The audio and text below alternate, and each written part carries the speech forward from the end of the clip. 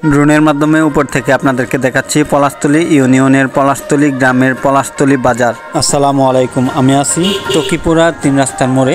এই টকিপুরা 3 রাস্তার মোড় থেকে আপনাদেরকে দেখাতে নিয়ে যাব পলাশতলী বাজার। আপনারা দেখতে পাচ্ছেন টকিপুরা 3 রাস্তার মোড় থেকে রওনা হয়েছি।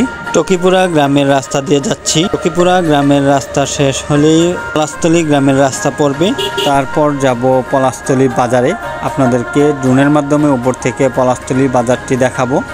আগেও একটি ভিডিও দিয়েছিলাম আপনাদেরকে ড্রোনের মাধ্যমে উপর থেকে, এবং সবজির বাজারের মূল্য জানিয়ে দিয়েছিলাম পলাশতলী বাজারের। আবার অনেকেই বলতেছে একটি ভিডিও দেওয়ার জন্য, তাই আমি টকিপুরা গ্রাম থেকে যাচ্ছি পলাশতলী বাজারে।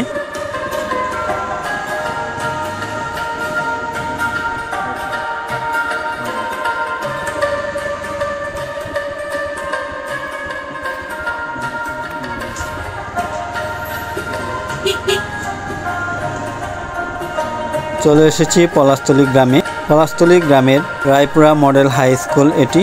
রায়পুরা মডেল হাই স্কুল এবং রায়পুরা মডেল স্কুল দুটি স্কুলই ড্রোনের মাধ্যমে উপর থেকে আপনাদেরকে দেখাবো। পরবর্তী ভিডিওর মাধ্যমে আপনারা দেখতে পাবেন Raipura model high school, Raipura model school. আমি চলে এসেছি পলাশতলী বাজারে। এখান থেকেই পলাশতলী বাজার শুরু। আমি যে বাজার আপনাদেরকে দেখাই, প্রতিটা বাজারে গিয়ে আমি সতর্কবার্তা দেই। আমি সাধারণ মানুষ হয়ে সাধারণ মানুষের উপকারের জন্য এই সতর্কবার্তাটা দিয়ে থাকি, যেটা আপনাদেরকে ভিডিও করে দেই না। অনেকেই জানেন, আবার অনেকেই জানেন না আমি কিসের সতর্কবার্তা দেই। আমি সতর্কবার্তা দেই ফার্মেসি, কসমেটিক্স এবং বিভিন্ন খাবারের দোকানে পরিষ্কার পরিচ্ছন্নতার জন্য, আর ডেট এক্সপায়ার ওষুধ, ডেট এক্সপায়ার খাবার সরিয়ে রাখার জন্য আমি সতর্কবার্তা দিয়ে থাকি। অনেকেই সতর্কবার্তা শুনেছেন আমার, অনেকেই শুনেননি।